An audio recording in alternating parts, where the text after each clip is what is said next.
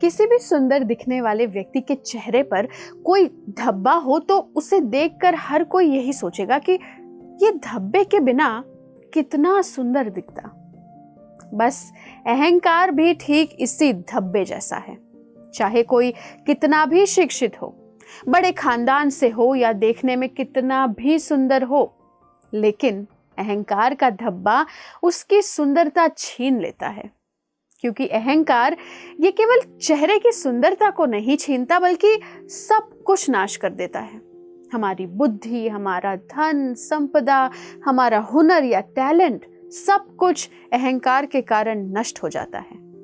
अगर किसी का चेहरा अहंकार से अकड़ा हुआ हो तो लोग उससे दूर भागते हैं।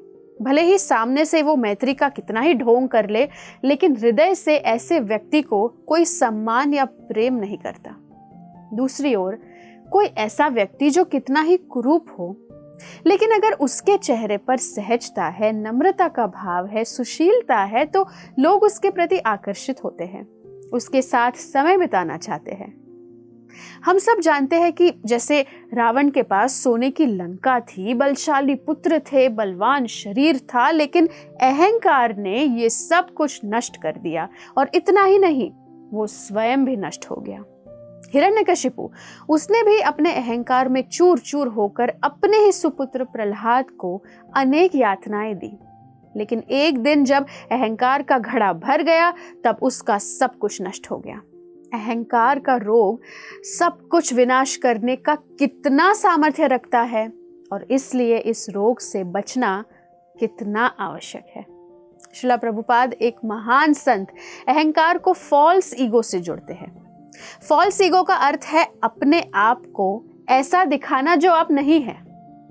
हमारी वास्तविक पहचान क्या है? हम असल में क्या है?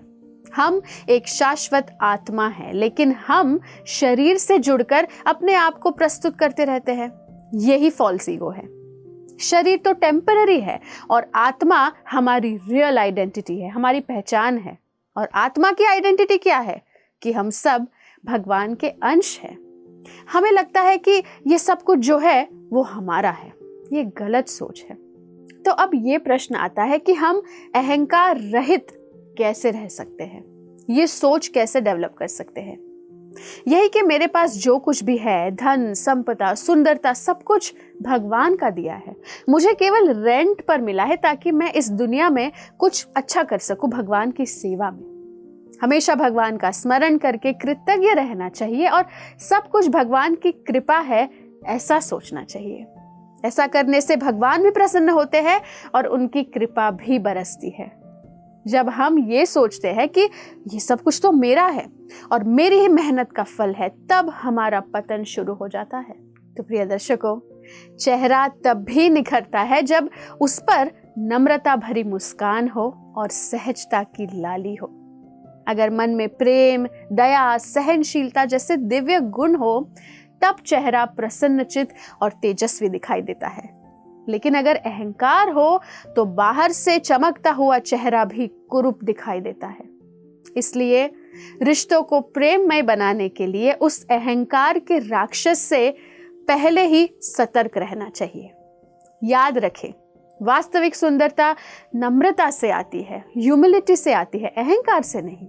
और अहंकार रहित होने के लिए यदि हम में भगवान के प्रति सेवा का भाव रहेगा तो किसी भी प्रकार के अहंकार से हम बच सकते हैं और सरलता से जीवन के लक्ष्य को पा सकते हैं। धन्यवाद। ऐसे ही और भक्तिमय कार्यक्रमों के लिए देखिए हरे कृष्णा टेलीविजन, और इसे प्राप्त करने के लिए आप अपने केबल अथवा DTH ऑपरेटर से संपर्क करें तथा और अधिक जानकारी के लिए आज ही डायल करें 7666 839 839।